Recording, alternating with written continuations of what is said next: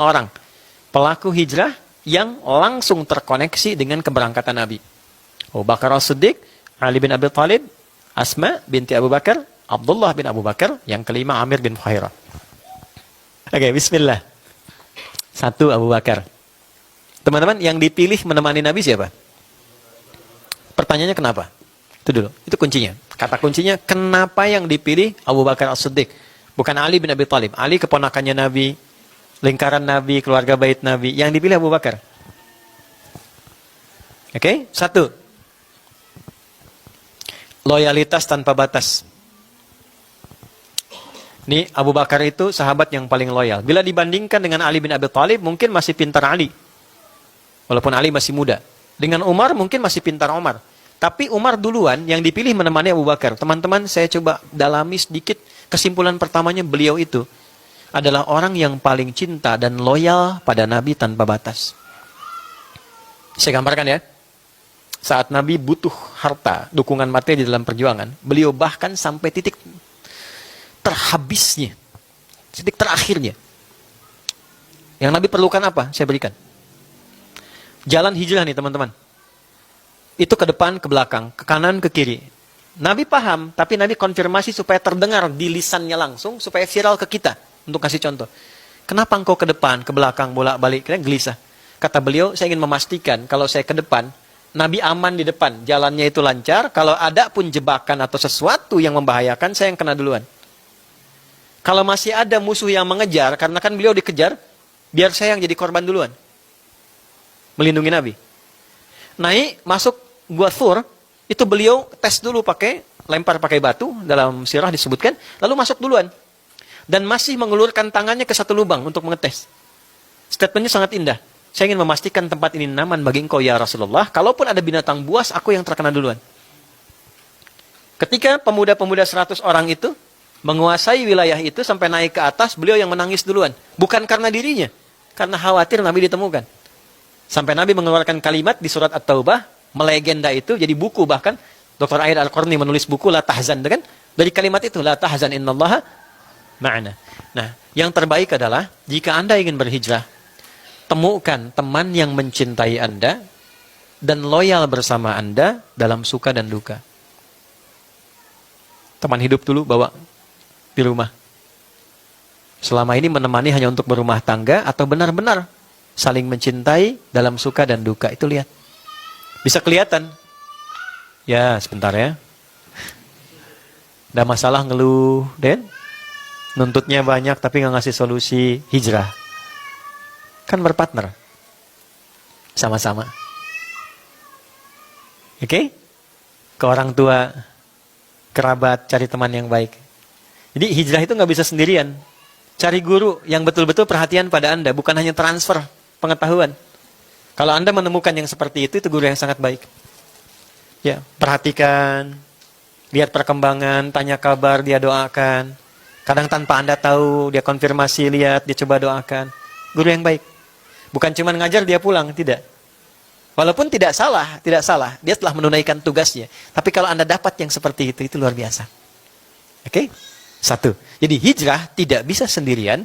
Hijrah kita butuh partner yang betul-betul satu frekuensi dengan kita untuk menjadi baik. Makanya kalau teman-teman yang akhwat, yang perempuan, dengan segala hormat ya, rasa sayang saya kepada Anda semuanya, Anda berubah nih, pengen misalnya pakai hijab dan sebagainya. Maka bukan menjauhi, tapi mulai mengatur kegiatan itu supaya bisa menjaga hijab Anda. Ya kalau Anda misalnya masuk lagi pada ya circle atau misalnya lingkungan yang menuntut Anda untuk melepas, ya lepas lagi.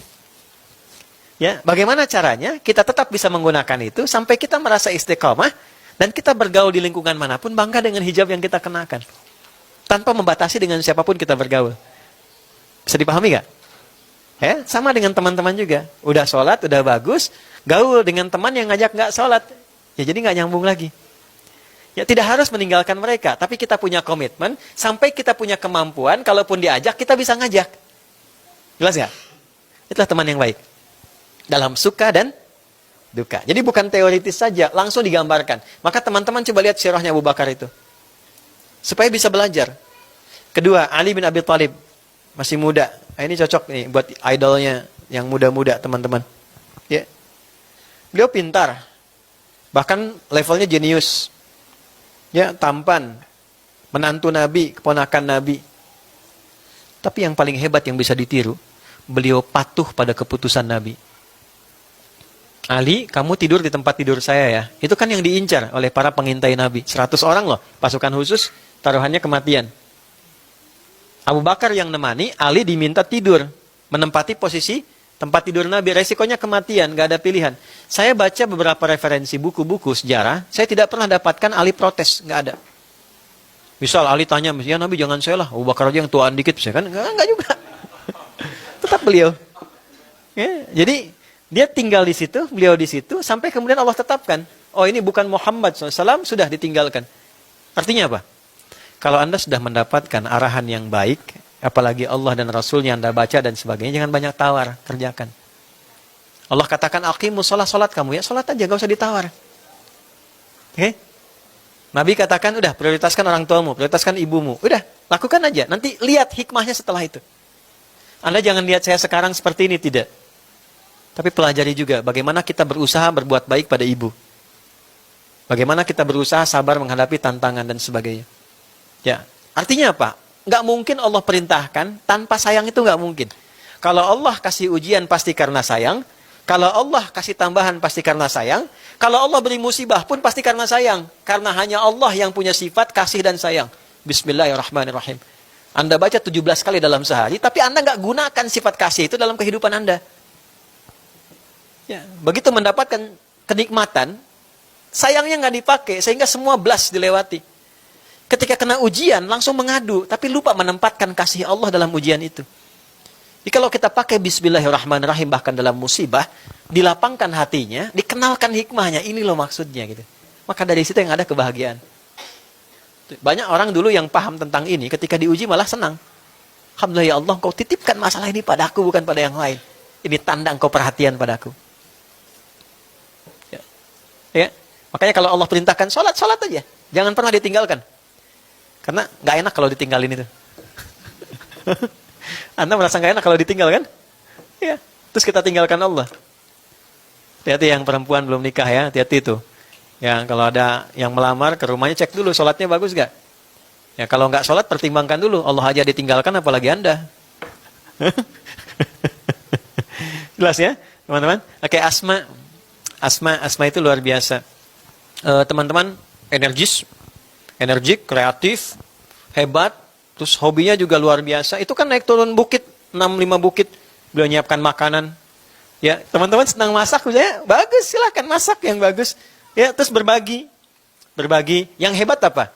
Asma itu saking kreatifnya, begitu nyiapkan makanan, terus wadah tempatnya itu nggak ada pengikatnya mau jatuh. Beliau langsung sobek bagian bajunya, dijadikan 2, satu buat sabuk, satu lagi buat pengikat tempat makanan. Sehingga disebut datun nitokain. Maksudnya apa? Jadilah perempuan yang selalu semangat, selalu kreatif, dan selalu merespon setiap keadaan itu dengan presisi. Ya, dengan terukur. Itu Asma. Nanti teman-teman cari sendiri. Sirahnya Asma binti Abu Bakar. Abdullah bin Abu Bakar, itu dari kecil diajarin fisiknya yang kuat, akalnya yang sehat, ibadahnya yang bagus. Sampai ditugaskan langsung, tolong amati. Ini orang Quraisy masih ngejar nggak? Selain ngantarkan makanan, lihat ke bawah. Maksudnya apa? Kalau punya anak-anak, dari kecil dilatih, selain fisiknya yang sehat, olahraga yang bagus, diajarkan juga ya ilmu-ilmu yang baik, sehingga terasah pengetahuannya, sesuai dengan bakatnya. Dulu, orang kalau sudah 9 tahun, tuh, apalagi perempuan, itu matang semua. Ada 3 orang anak kecil, laki-laki, datang ke depan Ka'bah. Ini viral. 3-tiganya bilang gini, ya Allah, izinkan aku nanti jadi presiden. Temannya bilang, ya Allah, izinkan aku kalau dia presiden, aku panglimanya. Yang satu bilang, ya Allah, izinkan aku kalau dia presiden, dia panglima, aku penasehatnya. 3-tiganya berdoa, dalam waktu yang durasi singkat, anak itu masih kecil, ukuran 5-7 tahun lah.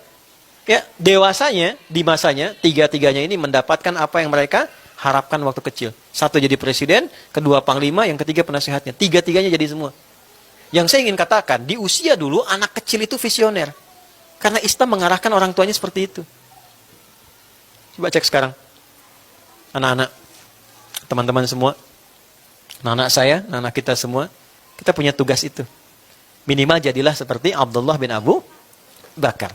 Fisiknya bagus, ilmunya juga bagus, dan ibadahnya itu juga istimewa.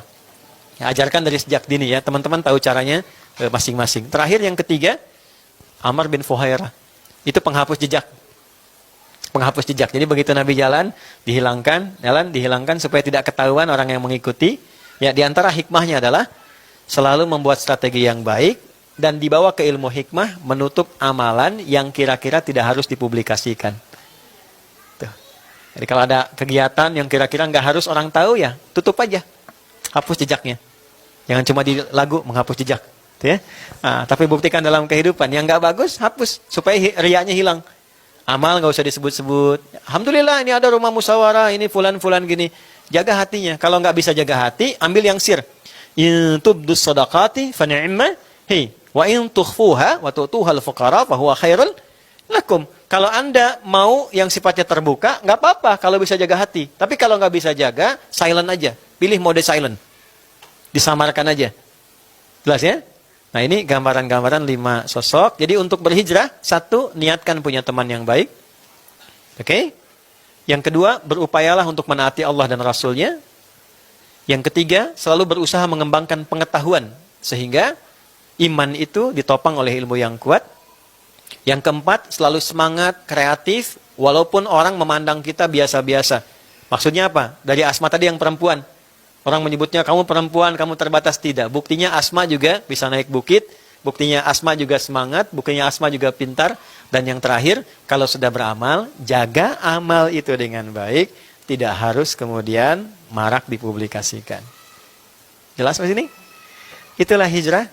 Itulah hijriah. Dan itulah resolusi yang bisa kita siapkan menyambut tahun baru 1447. Saya sudah sampaikan. Anda sudah dapatkan. Tinggal dipraktekkan, silahkan bedakan rasanya, rasakan bedanya, dan pasti akan terasa bedanya.